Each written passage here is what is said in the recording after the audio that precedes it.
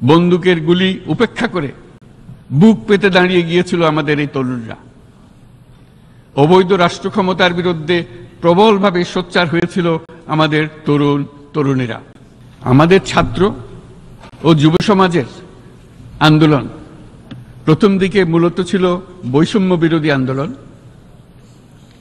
পর্যায়ক্রমে তা গণ আন্দোলনের রূপ নিয়েছে।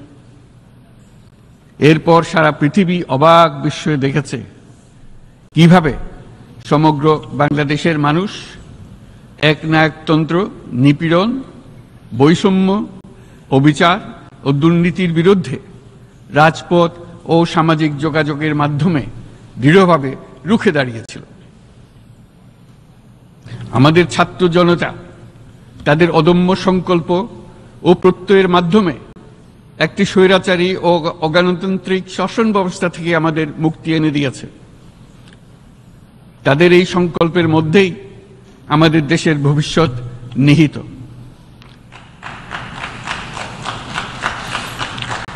যা এই দেশকে বিশ্ব সম্প্রদায়ের মাঝে একটি দায়িত্বশীল জাতির মর্যাদায় উন্নত করবে বলে আমি বিশ্বাস করি।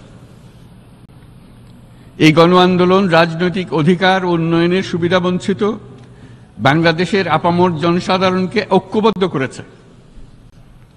বাংলাদেশের মানুষ উন্নয়ন কর্মকাণ্ডকে অন্তর্ভুক্তিমূলক অংশীদারিত্ব রূপে দেখতে চেয়েছিল।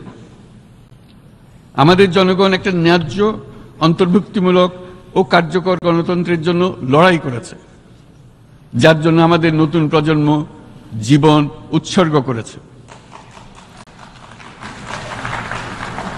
আমাদের এই তরুণরা যে প্রজ্ঞা, সাহস ও প্রত্যয় দেখিয়েছে তা আমাদের অভিভূত করেছে, সারা বিশ্ববাসীকে অভিভূত করেছে। আরএফএল ওয়ারড্রপ, প্রিয় সব পোশাক যত্নে থাকবে আরএফএল ওয়ারড্রপে। বন্দুকের গুলি উপেক্ষা করে বুক পেতে দাঁড়িয়ে গিয়েছিল আমাদের এই তরুণরা। অবৈধ রাষ্ট্র ক্ষমতার বিরুদ্ধে প্রবলভাবে সোচ্চার হয়েছিল আমাদের তরুণ তরুণীরা। স্কুল পড়ুয়া কিশোর কিশোরীরা তারা নিঃসঙ্গ চিত্তে উৎসর্গ করেছিল তাদের জীবন। শত শত মানুষ চিরতরে হারিয়েছে তাদের দৃষ্টিশক্তি। আমাদের মায়েরা, দিনমজুরেরা ও শহরের অগণিত মানুষ তাদের সন্তানদের কাঁধে কাঁধ মিলিয়ে নেমেছিল রাজপথে। তপ্ত রোদ, বৃষ্টি, মৃত্যু ভয়কে তোয়াক্কা না করে তারা সত্য ও ন্যায়সঙ্গত আকাঙ্ক্ষার বিরুদ্ধে দীর্ঘকালব্যাপী রাষ্ট্রযন্ত্রকে পরিচালনা করার অশুভ ষড়যন্ত্রকে পরাভূত করেছিল। জনগণের এই আন্দোলনে আমাদের জানা মতে প্রায় ৮০০-র বেশি জীবন আমরা হারিয়েছি স্বৈরাচারী শক্তির হাতে।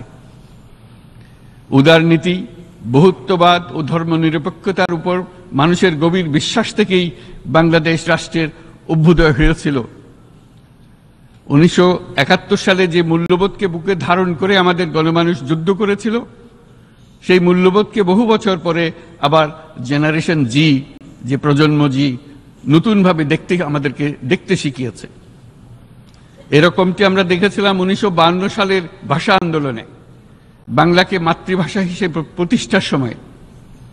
বাংলাদেশের এই অভ্যুত্থান আগামী দিনগুলোতে বিশ্বের বিভিন্ন প্রান্তে মানুষকে মুক্তি ও ন্যায় বিচারের পক্ষে দাঁড়াতে প্রেরণা যোগাবে।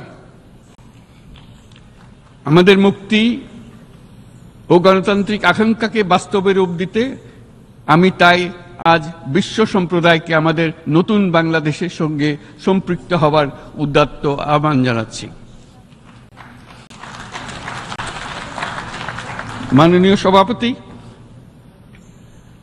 যে রাষ্ট্র কাঠামো দুঃসহ হয়ে গেছে তার পুনর্গঠনের জন্য আমাদের তরুণরা, দেশের আপামর জনসাধারণ একমত হয়ে আমার এবং আমার উপদেষ্টা পরিষদের উপর আস্থা রেখে সরকার পরিচালনার এক মহান দায়িত্ব আমাদের উপর ন্যস্ত করেছে। এই দায়িত্ব গ্রহণের পর আমরা গভীর বিস্ময় ও হতাশার সঙ্গে মুখোমুখিভাবে দেখতে পাচ্ছি কিভাবে সর্বগ্রাসী দুর্নীতি একটি কার্যকর গণতান্ত্রিক ব্যবস্থাকে ধ্বংসস্তূপে পরিণত করেছে, কিভাবে রাষ্ট্রের মূল প্রতিষ্ঠানগুলোকে নির্মমভাবে দলীয়করণের আবর্তে বন্দী করে রাখা হয়েছিল, কিভাবে জনগণের অর্থকে লুটপাট করা হয়েছিল, কিভাবে একটি বিশেষ স্বার্থান্বেষী গোষ্ঠী সমস্ত ব্যবসা বাণিজ্যকে অন্যায়ভাবে নিজেদের হাতে কুক্ষিগত করে দেশের সম্পদ অবাধে বিদেশে পাচার করে দিয়েছে। এক কথায় কিভাবে প্রত্যেকটি পর্যায়ে ন্যায়, নীতি ও নৈতিকতা অদৃশ্য হয়ে গিয়েছিল। এরকম এক অবস্থার দেশকে পুনর্গঠন এবং জনগণের কাঙ্ক্ষিত রাষ্ট্র ব্যবস্থা প্রতিষ্ঠিত করার জন্য আমাদের উপর দায়িত্ব প্রদান করা হয়েছে। অতীতের ভুলগুলোকে সংশোধন করে একটা প্রতিযোগিতামূলক ও শক্তিশালী অর্থনীতি এবং ন্যায়ভিত্তিক সমাজ ব্যবস্থা গড়ে তোলায় এই মুহূর্তে আমাদের মূল লক্ষ্য। বর্তমান পরিবর্তিত পরিস্থিতিতে সকল রাজনৈতিক দল এখন স্বাধীনভাবে তাদের মতামত প্রকাশ করতে পারছে। যে সব ব্যক্তি বা প্রতিষ্ঠান রাষ্ট্রীয় কাজ ও সিদ্ধান্ত গ্রহণ করার প্রক্রিয়ায় সম্পৃক্ত, তাদের প্রত্যেকের জবাবদিহিতা নিশ্চিত করাই আমাদের অগ্রাধিকার। আমরা মানুষের মৌলিক অধিকারকে সমুন্নত ও সুরক্ষিত রাখতে দৃঢ় প্রতিজ্ঞ। আমাদের দেশের মানুষ মুক্তভাবে কথা বলবে, ভয়ভীতি ছাড়া সমাবেশ করবে, তাদের পছন্দের ব্যক্তিকে ভোট দিয়ে নির্বাচিত করবে। এটাই জাতির আকাঙ্ক্ষা এবং এটাই আমাদের লক্ষ্য।